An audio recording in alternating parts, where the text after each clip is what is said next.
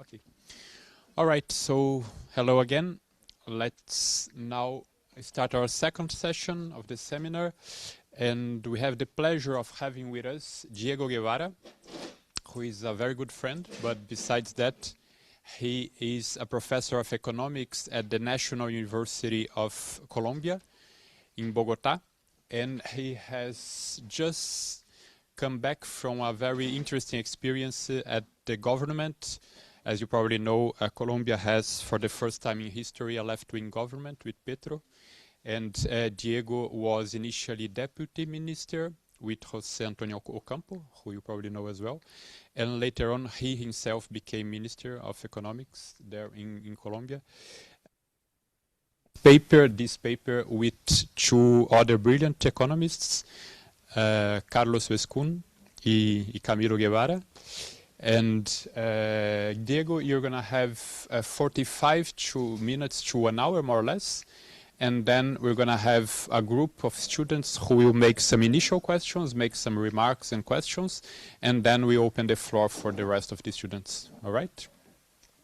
Okay, So the Bruno, floor is thank yours. you. Thanks a Thank you lot for very much. coming. I know your agenda is not so easy. You're always very busy. So it's really an honor and a pleasure for us to have you here, even if in online format. Thank you. No, thank you very much, Bruno. Thank you, everyone, for having me here in this Epoch Master. Actually, it's really nice to talk here for very first time.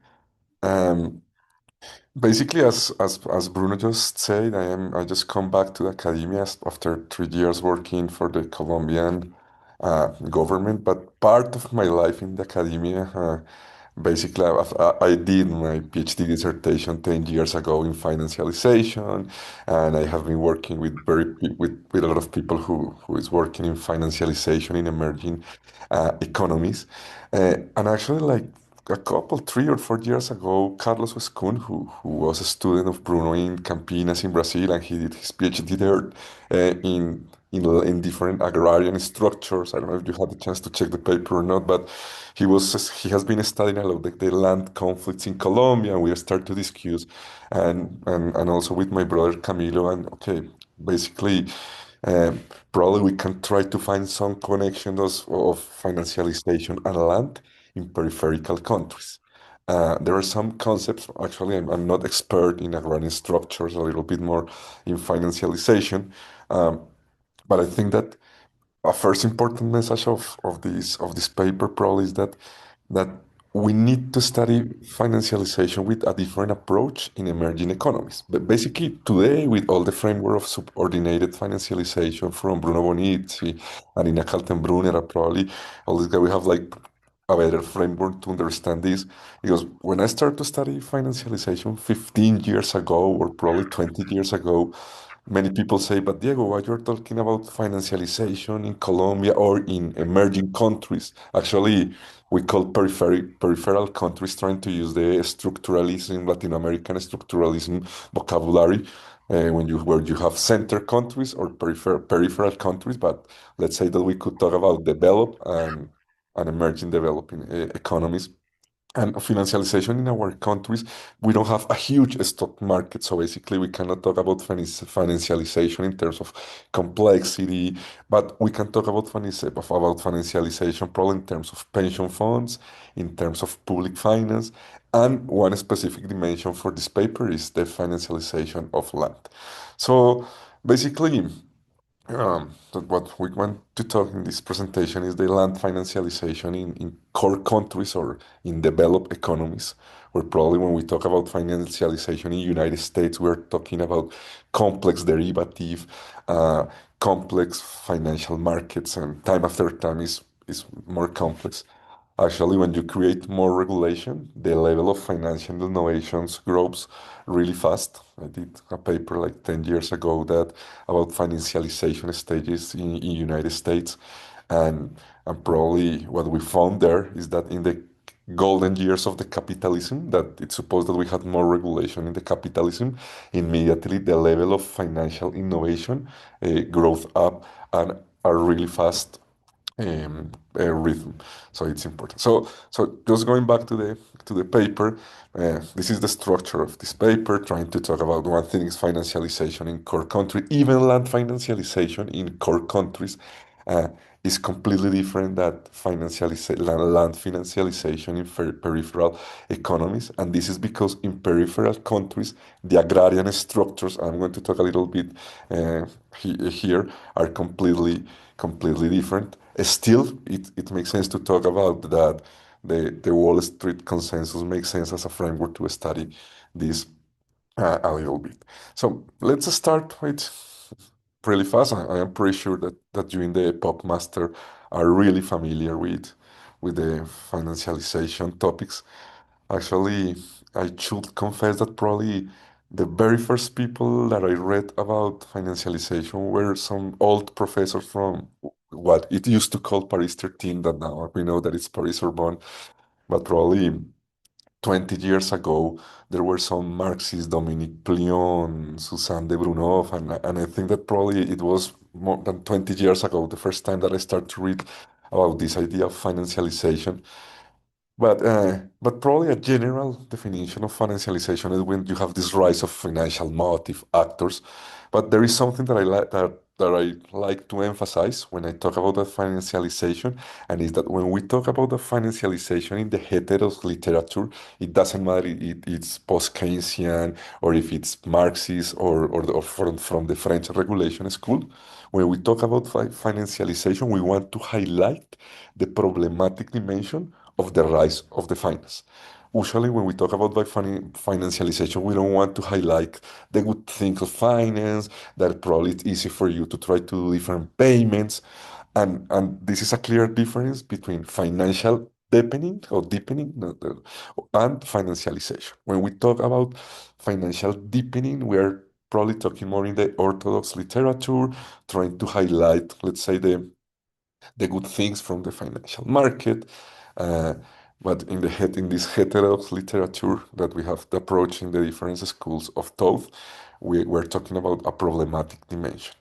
But one thing is financialization in central countries or in core countries, as we call here in the paper, let's say the global north, uh, and probably it's completely different the financialization in the peripheral economies.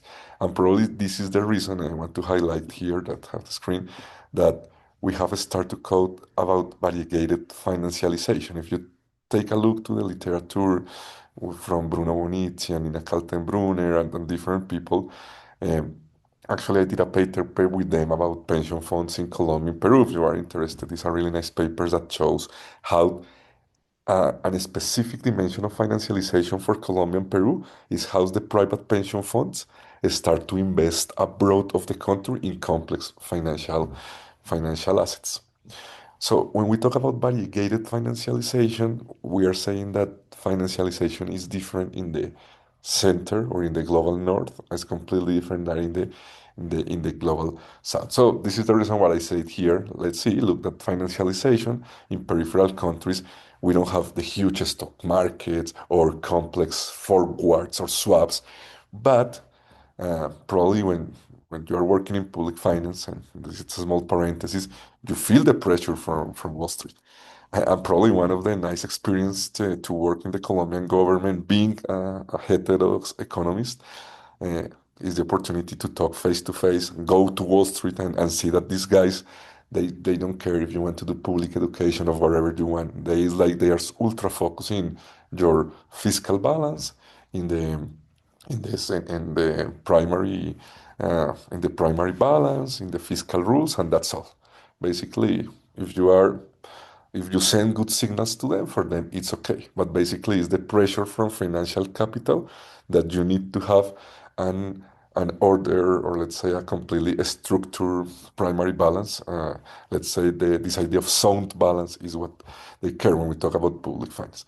But one specific dimension of financialization that I have not studied before, and I think that that is really nice because it connects with some ideas from some um, Latin American authors, from the structuralism, but also from the dependency theory. One nice thing from this paper for me is that, for example, I never had a approach to the literature of Teotonio dos Santos, a Brazilian economist that creates the dependency theory that today I think that makes a lot of sense. We're going to talk a little bit about that. So in this paper now, after this big introduction to financialization, and I think that we want to focus in how land financialization start to gain traction in peripheral countries, even if the land ownerships, there are conflicts, inequality, but even with all those problems, the financial capital is start to buy land and invest in land in countries where, as Colombia, we don't have any significant agrarian reforms. Actually, in this government, we have tried to buy land to do an agrarian reform. Today, it's impossible to do the agrarian reform to the old-fashioned way with the revolution. So basically, if you want to try to do some kind of agrarian reform, what you need to do is to buy land and try to distribute. Is basically what we're trying to do, but it's not easy because it's not just about buying land. Also, you need to check that the land that you are buying as a government to distribute is productive land. So it's create a lot of operative problems, but also interesting problems in terms of the public policy.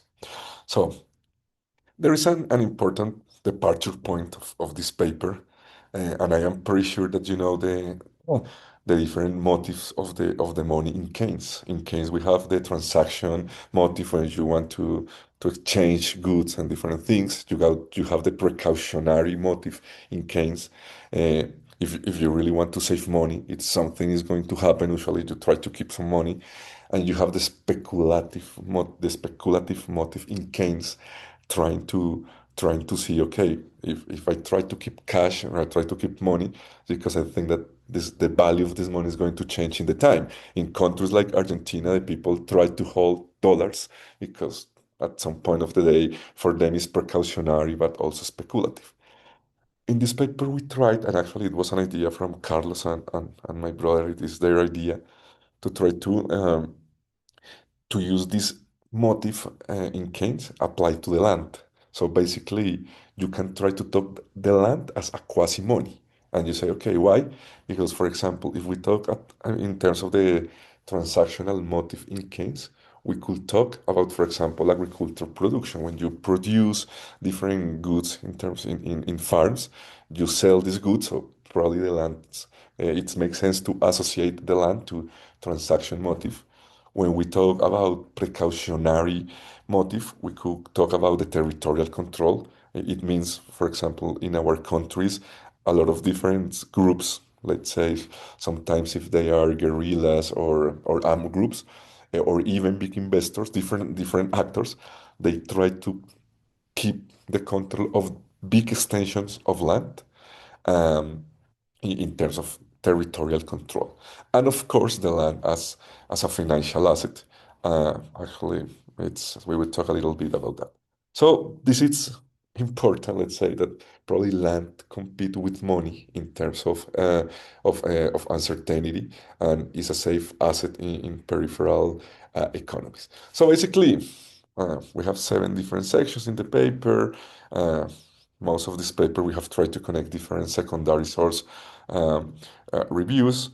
Uh, and there is a first important thing here. When we talk about financialization of land in court country, I think that in terms of the literature review, there are probably two good works, one book of Uma, uh, and one book of Ferber, where they start to describe they start to describe how the farmlands are as asset class and how they can uh, connect farmlands with the derivative markets.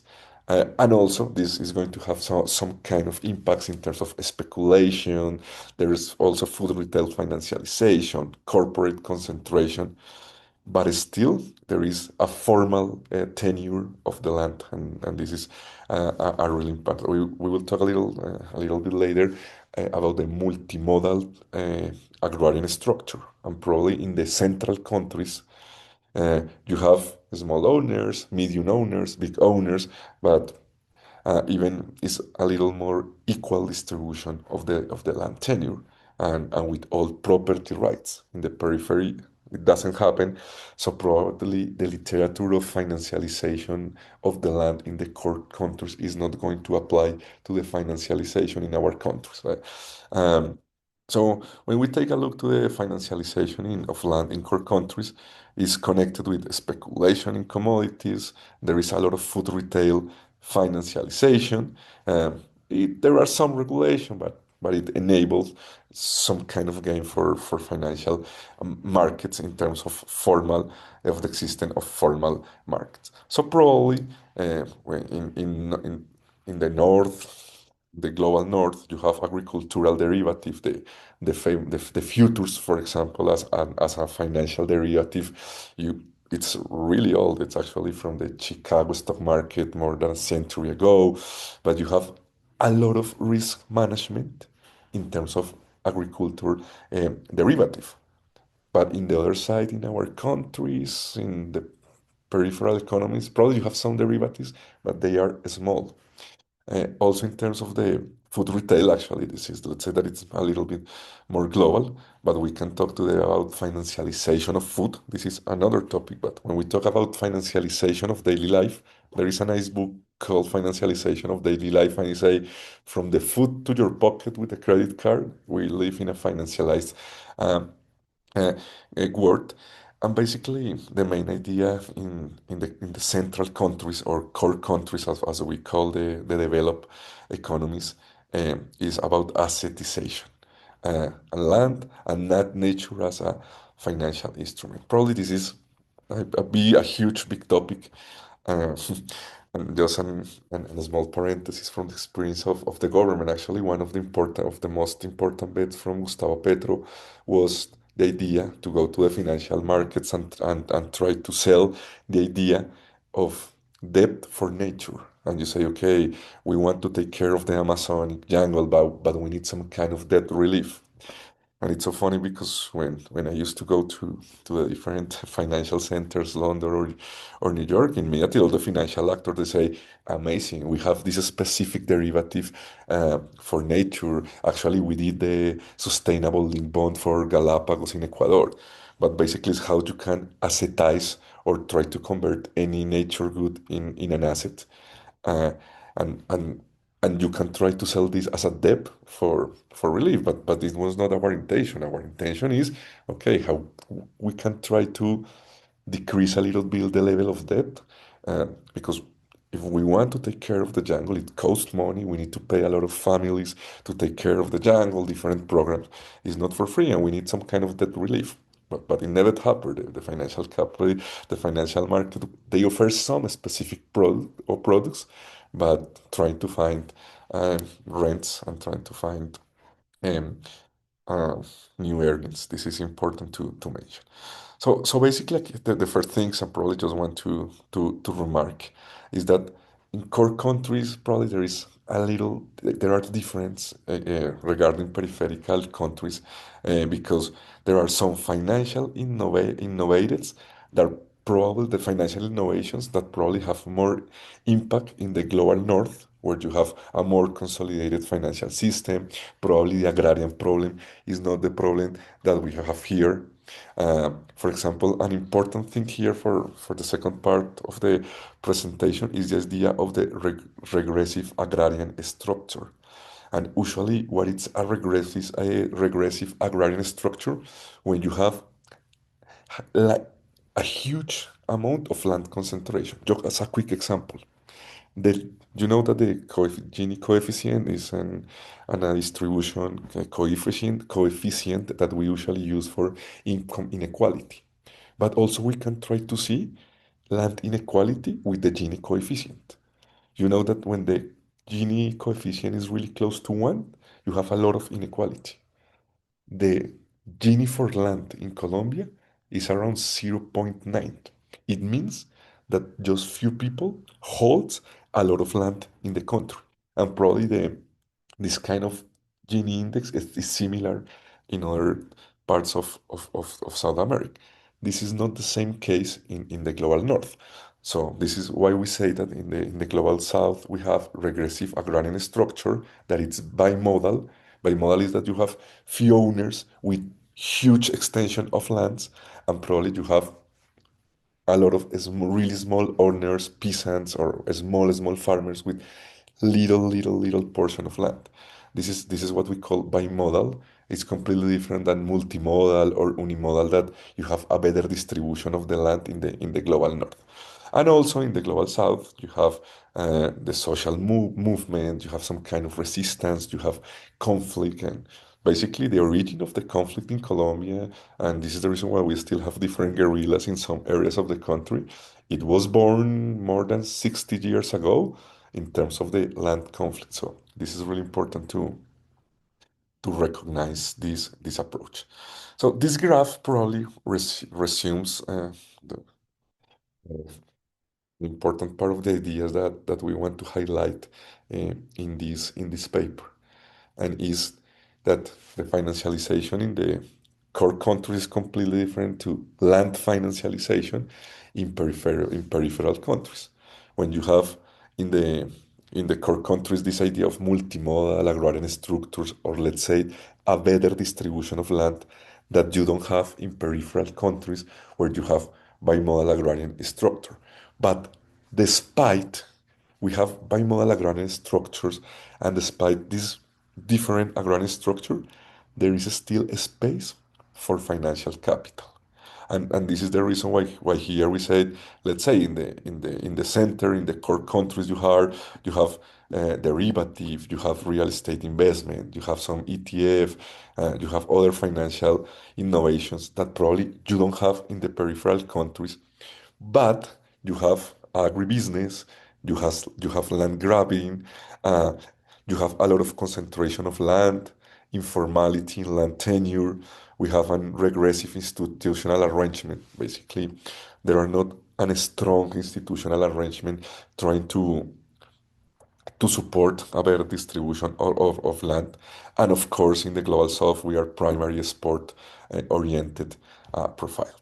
Uh, and this is really important in terms of try to recover some old Latin American school from probably some 50 years ago in terms of structuralism and dependency theory, to try to approach to these ideas of land financialization, and trying to take a look also in terms of the global approach, how the Washington consensus now is moving to the idea of Wall Street uh, consensus. Now it's like, this is something really nice, no? Because many people now says, no, with Trump is the end of neoliberalism, and probably some dimension in terms of trade, probably yes, but in terms of financial flows, I think that for me, if you ask me, Diego, what is the neoliberalism? For me, it's the financialized capitalism. I like this definition from Duminelli Levy. They have a really nice book from probably 10 years ago, where they say, I think that the title of this book is The Great Bifurcation or something like that. And they said, what is neoliberalism? Neoliberalism is the financialized capitalism. And even with Trump, I think that in terms of financial flows around the world, we are not seeing an important change. We have to see if it's going to happen. But until the moment, Trump said, well, I want to put tariff, I want to change probably the exchange in terms of goods and service. But in terms of financial flows, I'm not sure if this is happening. So probably still we are in this financialized capitalism that is neoliberalism, and it responds to the main idea of the Wall Street consensus. Now, so I think that this frame of analysis probably is one of the main contributions of this paper. Try to differentiate land financialization in core countries regarding peripheral, peripheral countries. And, and this is important because when we talk of financialization in peripheral countries, I think that makes a lot of sense to talk about subordination. Actually, I just put here this quote from Wallerstein, that most of the peripheral countries that our productive structures, we have a lot of economic dependence from the global north, and it's not easy to fight against global north. Otherwise, you are out of the system. Basically, when we try to have some discussions with President Trump, immediately we have a lot of threat in terms of financial blockage or in terms of the interest rate. Actually, our interest rate today in the international markets is really high, uh, and it has a lot of consequences. Uh, so basically, this idea that in the peripheral countries there is a lot of dependency from the global north, a lot of dependency and the thing that we still are commodity suppliers. If the, for the case of Colombia, if 100 years ago we export banana and cafe, today we export cafe, oil, and coal. So still we and even probably it's the same thing for Argentina with the soja, for Chile with the copper. So in the global south, we are commodity suppliers. So there is this kind of dependence relationship, and now also it's a kind of financial dependence. And I think that here makes a lot of sense. This idea that, and it's a quote from an old paper from Bruno with Daniela Prates, and it's a really nice idea in terms of the dependency theory. Probably Bruno can explain a little bit more about the dependency theory. And it's the idea that probably the elites, the elites, or the power groups and the big entrepreneurships, let's call the elites, they are rent seekers. They are not the lock they are not the ones who are going to transform the capitalisms to another level. And when we talk about dependency theory, there is one idea that I like a lot, and is that the underdevelopment is not a stage toward development, and the underdevelopment probably is a permanent state. And these local elites, now with the financialization, they try to become part of the global financial system, but they are not engaged in the develop of our economies. And I think that this idea of Dos Santos is really nice, where they say we live in a dependency relationship, and this is not going to change basically, or there is no hope in the lights. And this is a little bit different than another Latin American economists from 50 years ago, from the Latin American structuralism, that they have some kind of hope in the local elites, even Furtado, even Previch, and of course they recognize the asymmetric connection with the center. So I think that it's really nice, this idea that I just put here, that this dependency argue that the center periphery say relationships are inherent to capitalism, and the peripheral elites are rent seekers. And it also is going to apply to the idea of land financialization. So trying to combine this different literature, it makes sense to start to talk about how the subordinated financialization, as Jeff Powell called this, and there are some specific dimension of in in emerging countries. So when we start to take a look, to the agrarian structures, it makes sense to analyze the relationship between financialization or subordinated financialization and agrarian structures, and trying to take some insights from the Latin American economists as Dos Santos, but also as Furtado, as Perch. Because when we talk about agrarian structure in terms of financialization, also we need to recognize a financial dependence from the global north, also a financial dependence that also is held but by local financial elites. The case of Colombia, for example, 70% of the commercial banks are owned by local economic groups, but those groups are also connected to some big financial business abroad, and they try to maintain the control, but they are not interested in a huge development or new things. Basically, just try to keep uh, their statu quo as the industrial actors or big entrepreneurships that now in financialized world. Now there are an important financial actors, and actually also those actors are entering to the agribusiness. So basically, let's talk a little bit about how are these agrarian structures in peripheral countries. Basically, the first important message here is that in Latin America, even in Africa, uh, we don't have deep reforms, let's say agrarian reforms. And I think that there is still an important persistence of inequality in our countries. The Gini for Colombia after taxes is zero point 0.5. When you take a look to any country of Europe, the Gini after taxes, it's something like zero point 0.2, zero point 0.3. So there is a really first important dimension. And also, most of the exports are primary goods or commodities. Um, and most of the agrarian structure, as I told you before, is the bimodal structure, where you have huge concentration of land. As I told you before, take a look. The land Gini, this is land. I didn't put here, but this is land. The Gini for land in Latin America is zero point 0.8. This is completely crazy.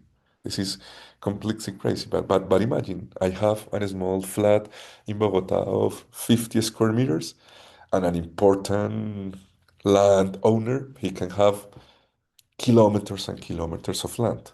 So basically, this is the main reason of that. Uh, there is also an important difference between the agrarian structure in peripheral country than in the center, and is the informality.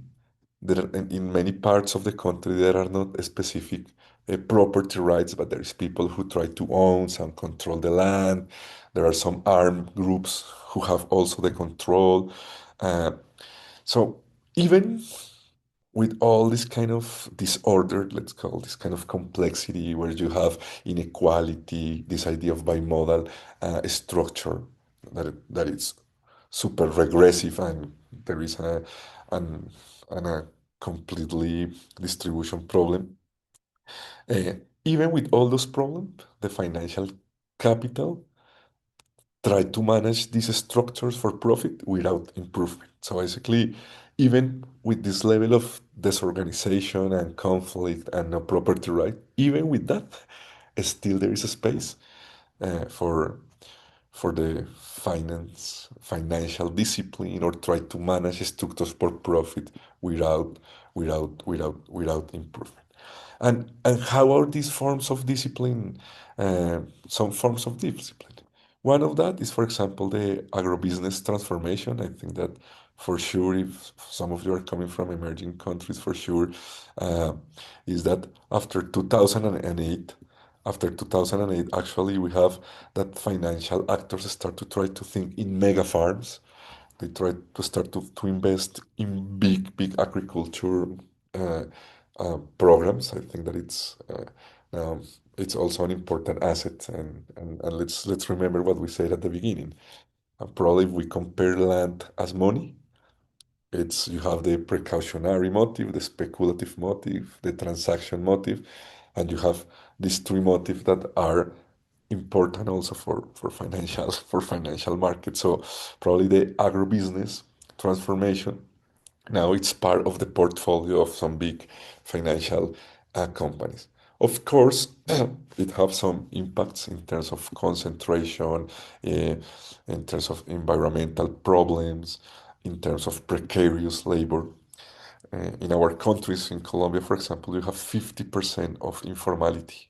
And when you have 50% of informality, it's easy, even for financial capital, to work with with uninformal employees or non-formal employees. One small parenthesis. This, if in the global north probably you have some kind of Deliveroo in South America, we have Rappi, all this kind of delivery people that when you are in France, it's all the migrants, and but also here in Colombia, migrants from Venezuela used to work in these delivery apps.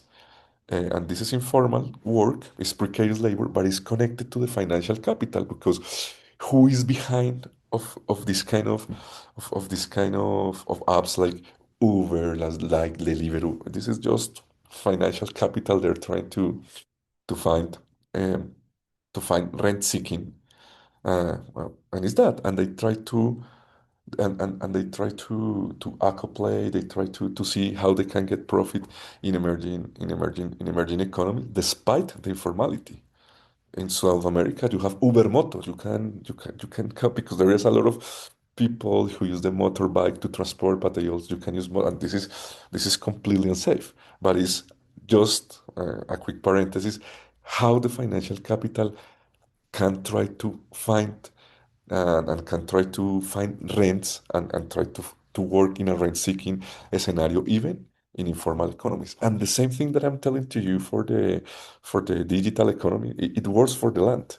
For the land, even if there is financial capital, they try to find different channels to to use precarious labor or informal labor through different channels. And there are some examples. We we summarize some examples from Argentina, from the seed pools, uh, um, and in general how the agribusiness is connected with inequality and food and food dependency. And there is another important form of discipline, and actually is the land grabbing. And in a country like Colombia, the illegal armed groups behind the land grabbing are really important because the land grabbing, for case of Colombia, is connected with illegal mining, is connected with narco traffic, of course. Uh, so this strange combination of financial capital, armed groups, it's allowed to power and control over land. Uh, and as you don't have clear property rights, but you can control the land for production, also there are chances for financial investors in terms of contemporary land grabbing, and of course the standard things that we already know, like the land for speculation, uh, and probably when you can think when you can think in terms of an important financial portfolio, even you can think the land as a risk mitigation asset. But definitely, it's create conflicts in some areas of some countries, create displacement, and it's make us to highlight again the idea of the land as quasi money. And it was what I tell you at the beginning, that we refer to the three different motifs of Keynes, and probably land can be connected with this powerful, powerful idea. There are another things that, let's say, that are not completely connected, but still there are some connection of lands with the financialization of the nature, with carbon credits, when you have forests as assets, um, when you have all this idea of CO2 or green gases without ownership transfer. Even you can have this idea of greenwashing.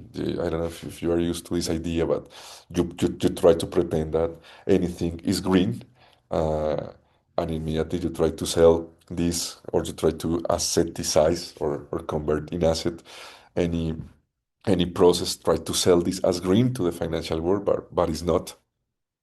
So it's something that probably this idea of financialization of the nature that is connected with land financialization in our countries. Actually, there are a lot of indigenous communities in the Amazonic jungle that are directly connected with Wall Street, and actually they never talk to the government about this specific process. And for them, it's good because they just keep receiving some money. And for financial actors, they try to create derivatives that are connected to some specific contracts that somebody is going to take care of the nature in some part of the Amazonic jungle. So you can put one contract with one indigenous community, and probably you can put some shares of Apple or Google, and you can merge them in a specific package, and immediately you have a green product. But behind this green product, you have a lot of different financial products, even that can contaminate. So there is a lot of greenwashing, and the land in emerging economies is used um, for that. In terms of going to the last part of the presentation, uh, I think that all these dynamics with land and financialization probably have a first stage with the Washington consensus, a first stage of liberalization and privatization. And probably it was a first stage trying to, let's say, trying to shape the tenure, trying to attract FDI, trying to respect property rights. And probably it's a little bit about land grabbing. Um, but there is also something important about the economic opening in the 90s, and is that you allow financial inflows um, to enter to start to invest uh, in the land, and actually it doesn't help for a better distribution. Basically, a lot of financial flows in a lot of peripheral countries just allow some kind of change between elites, from rural elites to some financial elites, but in terms of distribution, it's remained the same. They have tried to insist in property rights, because when you have some kind of trade agreement, what you need to to guarantee to the financial capital are the property rights. Uh, Even the periphery, there are still some problems, but even without strong property rights, still there is a space for for financialization. But recently, what we can see is there is a lot of partnerships from the global actors with the global finance.